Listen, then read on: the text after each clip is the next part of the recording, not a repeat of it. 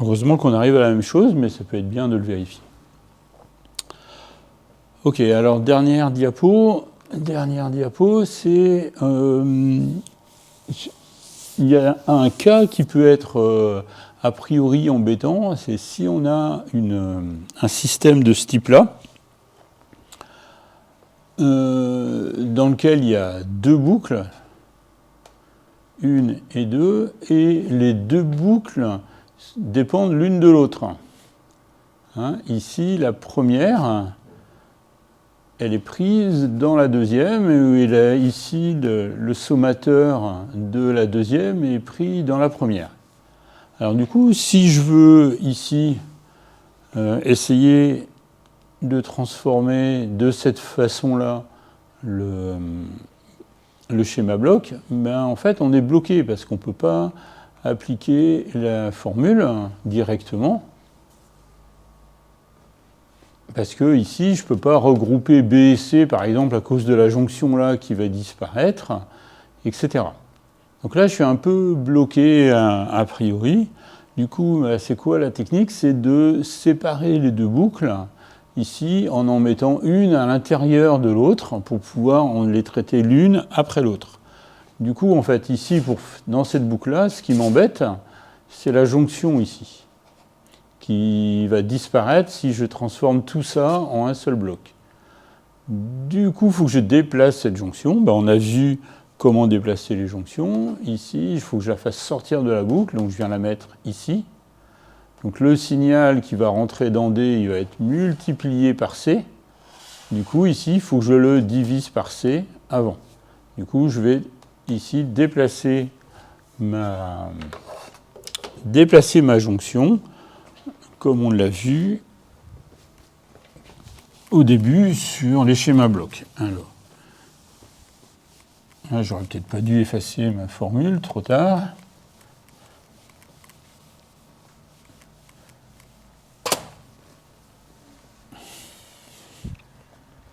Moi, je fasse ça aussi pendant que j'y suis.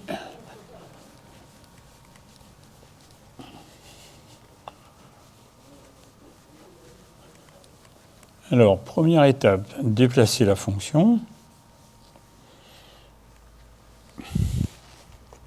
La jonction, pas la fonction. Et du coup, ça va me donner quoi? Ici, ça.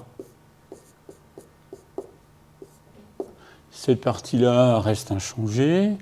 J'ai toujours A ici.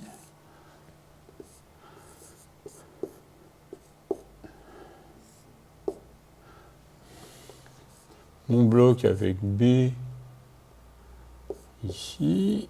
Un bloc avec C. Donc on ne connaît pas les fonctions de transfert, hein, mais ici, ben, je les appelle B et C.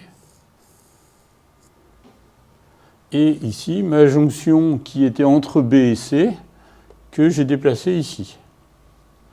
Du coup, ma nouvelle fonction de transfert ici, si je veux avoir le même système en haut et en bas, il faut qu'il y ait le même signal qui arrive ici. Donc, ce signal-là, c'était la différence multipliée par B multipliée par D. Donc ici, comme je l'ai déplacé, j'ai même la différence multipliée par B multipliée par C, puis divisé par C. Donc ça s'annule, ces deux blocs-là, et multiplié par D. Maintenant que j'ai fait ça, je peux regrouper tout ce bloc en un seul. C'est une boucle à retour unitaire. Du coup, allons-y. Je fais disparaître la première boucle, celle-ci. Et là, on connaît la formule, c'est... Ici, je fais que appliquer la formule qu'on vient de voir juste avant. Ça fait BC sur 1 plus BC.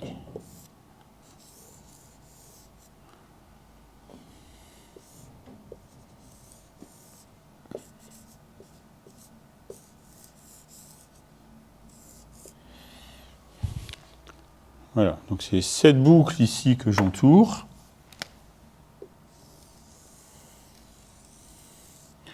J'ai appliqué la formule pour obtenir ce bloc. Et je réapplique maintenant la formule. Ici, j'ai la chaîne directe qui a comme fonction de transfert ABC sur 1 plus BC. Et puis D sur C sur la boucle de retour. Du coup, j'ai ici F de P qui est égal à... Donc, si je remets... Non, je ne vais pas remettre la formule, je vais écrire directement. Donc, ça fait la chaîne directe ABC sur 1 plus BC divisé par 1 plus le produit de la chaîne directe par la chaîne de retour. Ça fait D sur C que multiplie ABC sur 1 plus BC. Bon, on y est presque, mais c'est... Alors déjà ici, j'ai un divisé par C qui multiplie ABC, donc du coup les C se simplifient. Et puis, comme d'habitude, on va tout multiplier ici par le dénominateur ici, 1 plus BC. Du coup, qu'est-ce que ça me donne? Ici, ça fait ABC en haut sur...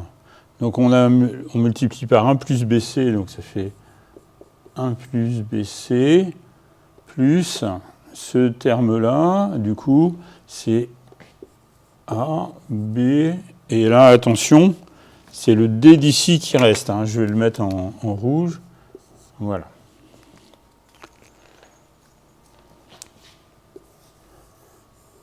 Donc ça va être la fonction de transfert du truc complet. Et donc, en fait, mon schéma de départ, il se résume, au final, à un seul bloc qui a comme fonction de transfert ABC sur 1 plus BC plus ABD.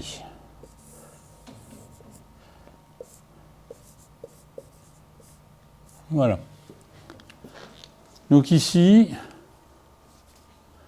ce schéma-là, cette fonction de transfert est équivalente à la fonction de transfert de tout ici le système. Voilà, alors je ne sais pas si vous avez réussi à suivre. Moi, devant ma caméra, je me comprends. Vous, devant votre écran, je ne sais pas trop, mais vous pourrez poser des questions tout à l'heure. Voilà, donc ça clôt la partie sur tout ce qui est schéma bloc. Et donc, on va voir la suite dans d'autres vidéos. Voilà, merci, au revoir.